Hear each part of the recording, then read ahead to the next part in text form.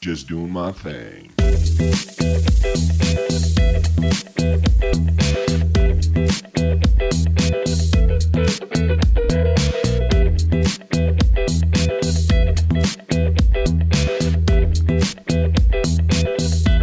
Just doing my thing. All right, thanks for tuning in to the Voice of C38, the Rapids podcast for the Rapids fan. I am your host, Brendan Wyatt. Kind of flying solo today as I'm casting from Ridgeway State Park, nestled deep in the San Juans.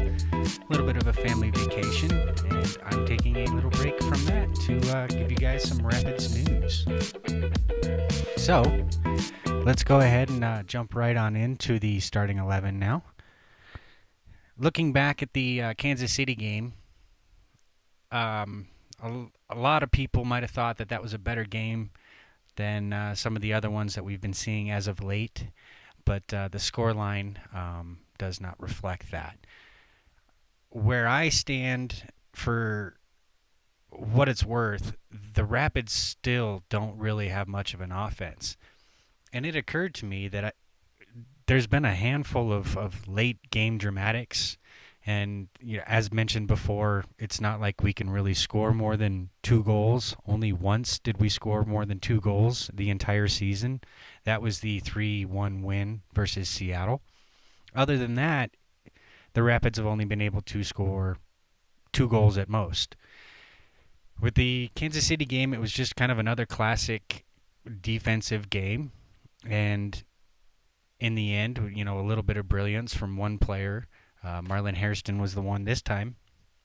But to have just 5 goals scored in the first half the entire season, kind of it sets a trend for the Rapids. They're clearly, obviously, a second-half team, away or at home. 17 second-half goals.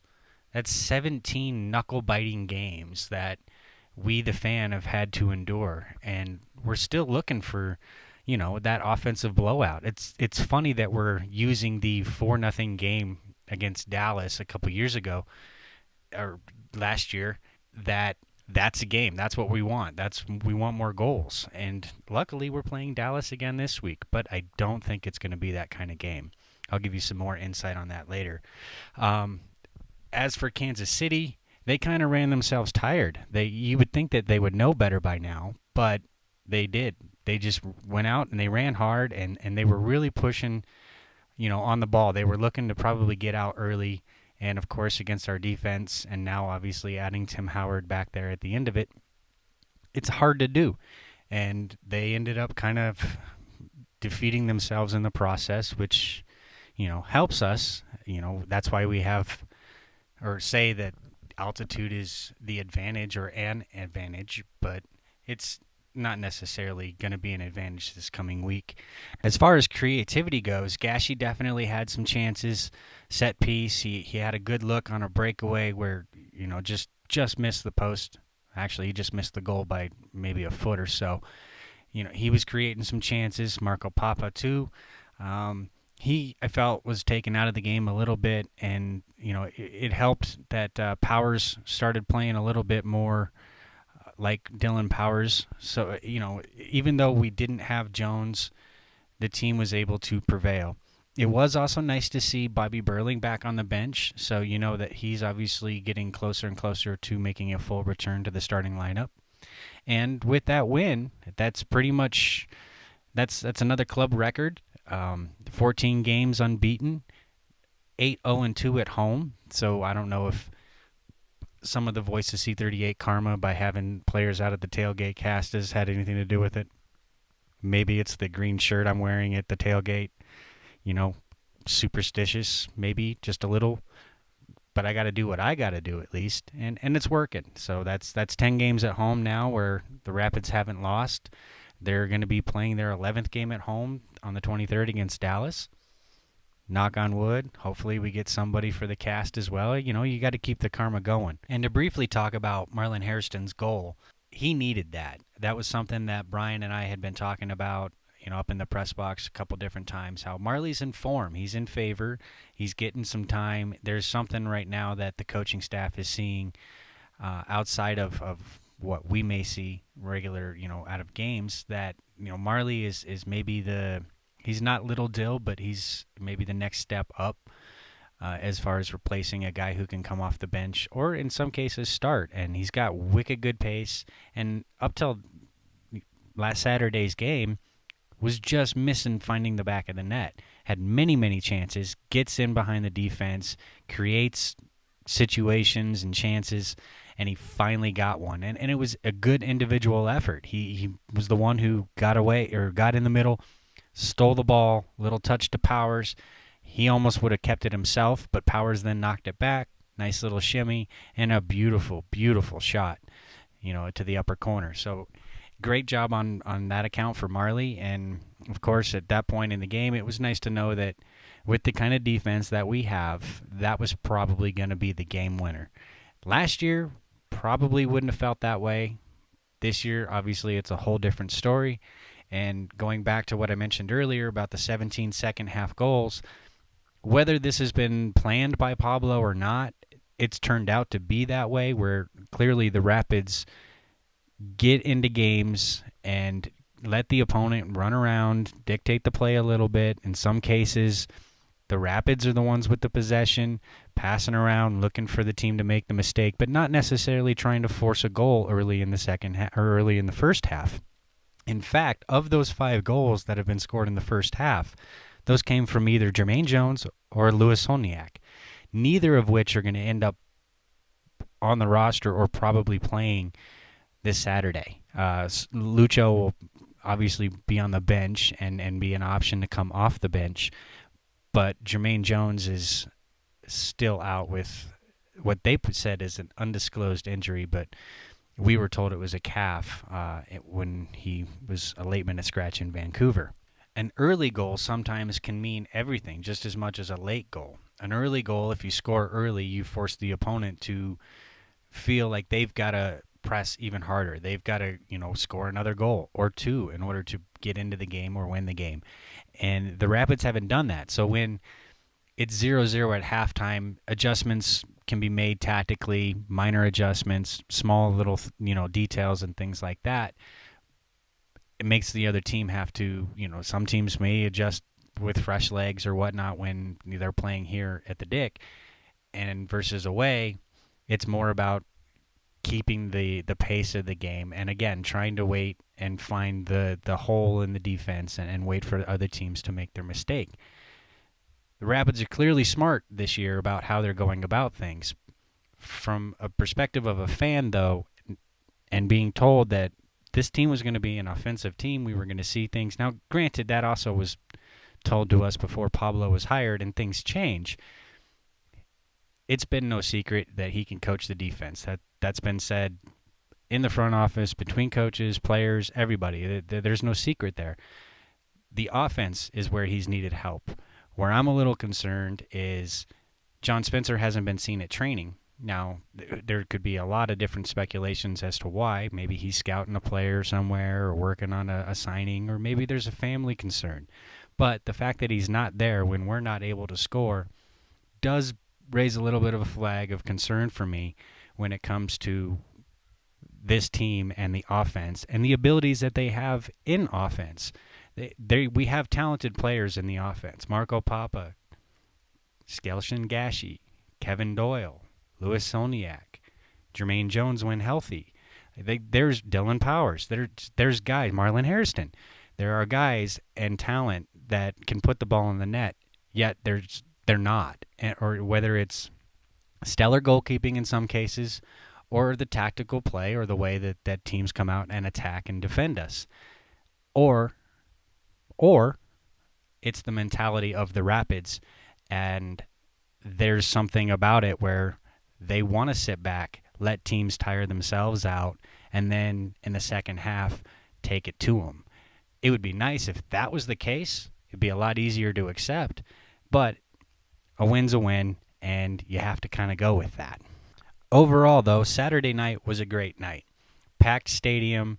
There was two sections of sky blue of Kansas City fans. They came out and, as my daughter said, they were like rats. They're everywhere at the tailgate. It's true, they were, but we're hospitable guests. And plus, it's kind of nice to kind of show off what we do because, again, we're the only ones who are doing what we're doing at the tailgate. Crowd was awesome. The stadium was nice and packed. They're expecting it to continue to be sellouts all the way up until the Orlando game on August 20th. Kids go back to school around then, so numbers might start going down. But Tim Howard's here, and I think a lot of that selling of tickets happens to be because of Howard, which is one of the things that we had talked about. But I digress. Getting back to track, that's the end of the starting 11, and now on to some news. So like I mentioned just earlier about Jermaine Jones, it's official now. They've put him on the injured reserve or the injury report. I guess it just kind of depends on how you want to phrase the injury roster, so to speak. But on the flip side of that, both Bobby Burling and Sean St. Ledger have been removed from the injury report, meaning that they're now able to be available for selection.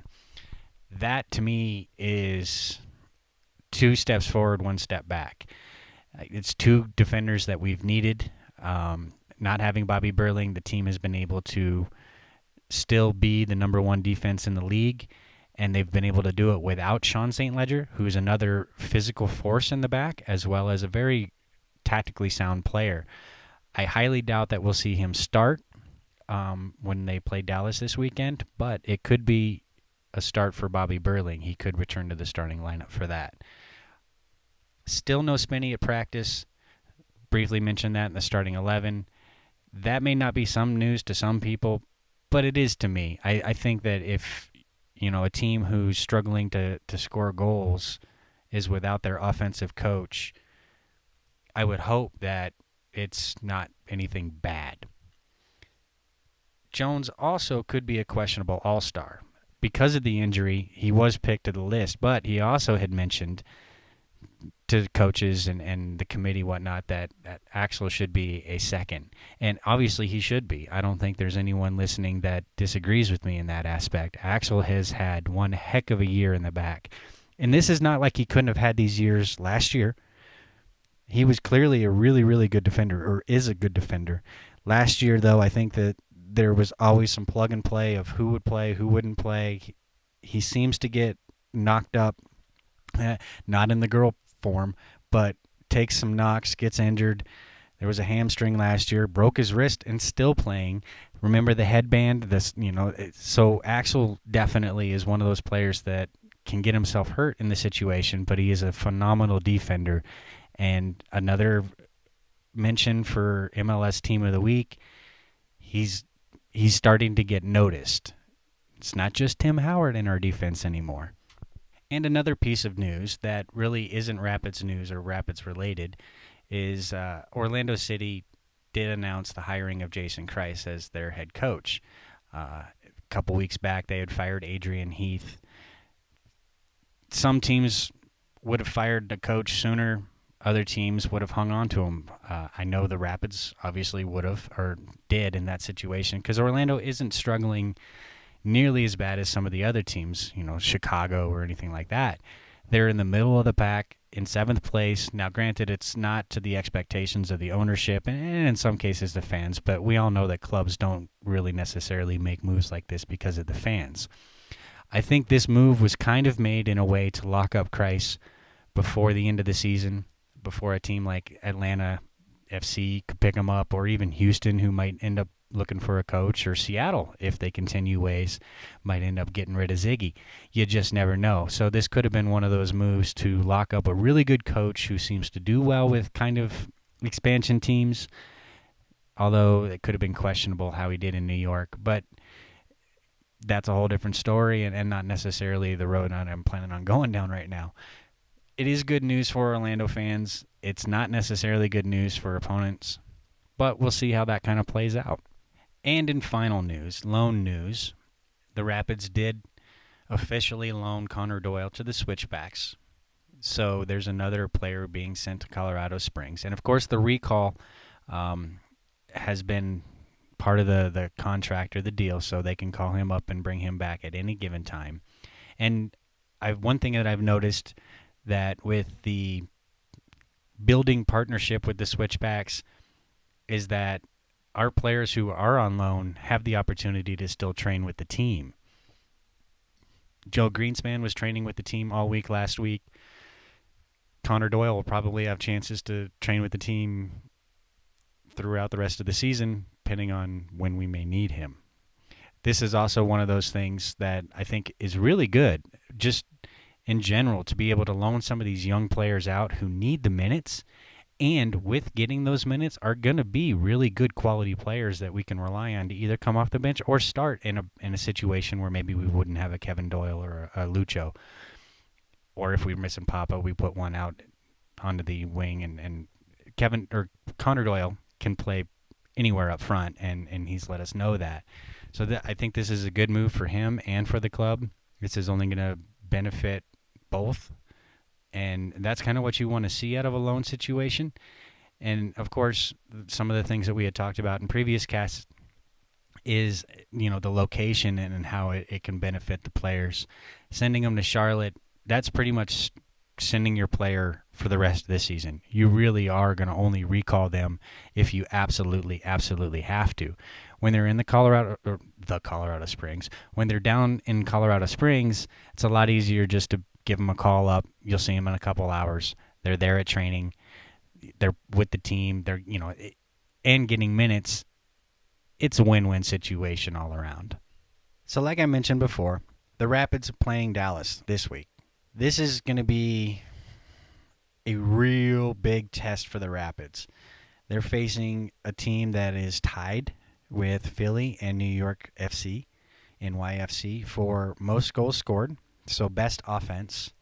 Now, granted, Dallas has 30 goals against, so their defense is a bit like Vancouver's. I wouldn't say it's a sieve, but it's not necessarily like ours with, only 13 goals allowed.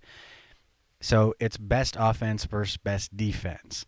This is going to be one of those games where the team that prevails could be the team that prevails the rest of the season. It could be a turning point game. It could be one of those games that sets the bar and the tone for how the rest of the season will play out. It's a major game as far as power rankings go. MLS power rankings have Dallas at number 1. Now, they have 3 games in hand, so their top rating is a little skewed. But again, like I just mentioned, with the 34 goals scored, that's a powerful offense. That's a tremendous amount. That's 12 more goals scored than what the Rapids have done so far this season. So it's going to be a real, real struggle for the Rapids to get that multi-goal game. Although I've been proven wrong before, I'm missing my hair. In case you missed that, that was because I bet that Tim Howard wouldn't start on the 4th, and I lost that bet. I've learned my lesson. No more bets against things that I'm not 100% confident about, although I was on that situation. Anyway, I digress again. As far as knowing thy enemy, we know that Oscar Perea is one heck of a coach.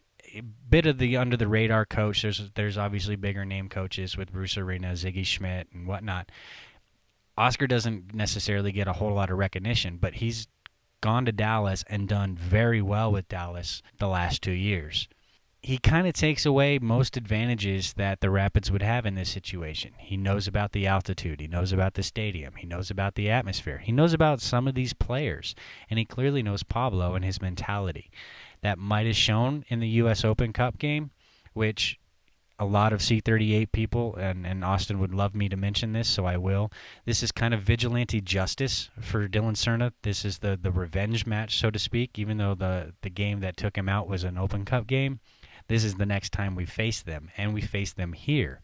So we have the opportunity to be a little bit of a thorn in the side for Dallas, and it would be nice to see if we could go ahead and puncture some pressure points when it comes to their defense. Dallas is 4-6-1 when away, so it's not like they have the greatest record when they're not at home. Kind of sounds like a bit like the Rapids, same kind of thing. Doing really well at home, not so great while away. This could also play into an advantage for the Rapids. It's not an advantage that Perea can take away from us. It's just kind of how Dallas has not performed when they're not at home. Dallas also, like Kansas City last week, has a midweek game.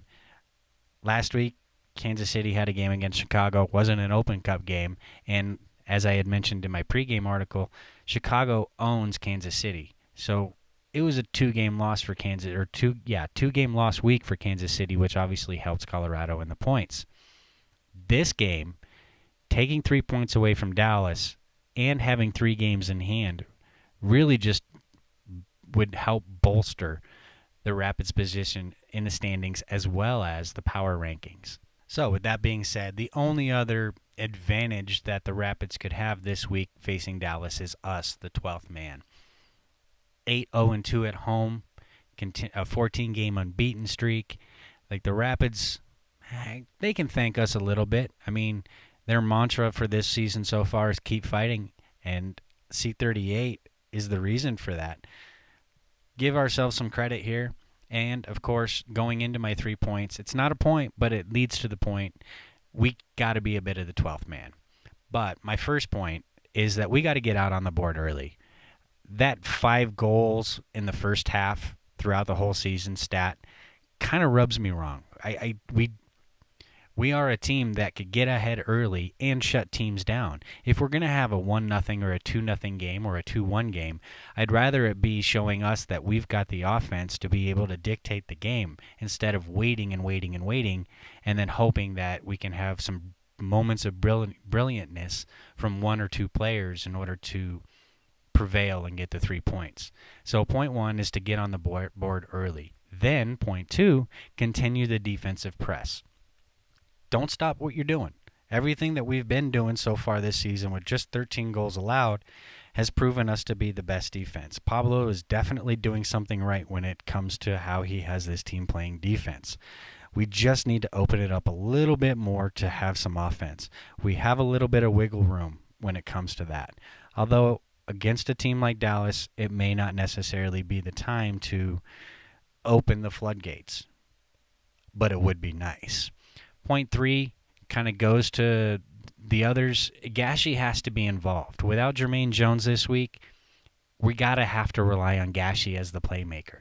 Not so much Marco Papa. Marco Papa can take the attention and maybe 2 players away from how things are being played in the midfield, but it's Gashi who can actually create chances, whether it's off the set piece, whether it's off a cross or a breakaway. Gashi has to be really involved and not being physically taken out of the game, which has happened to him in the past, where if he's gotten pushed around, hacked, or whatnot, he can get frazzled.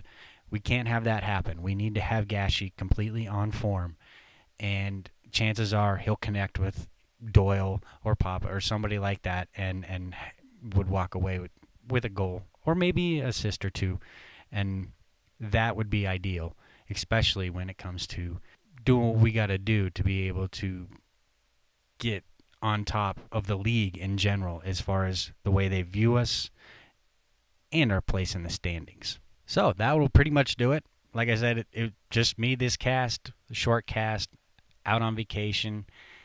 Hope that's all right. Little bit of C38 news. The brew game for the homebrew contest is September 17th, so make sure you've got your plans if you're going to be a part of that contest. And merchandise news, the C38 polos ought to be available at this next tailgate. So hit the merchandise table up, check out the new polos. I heard they're about to be sick. Other than that, we will see you guys on the flip side.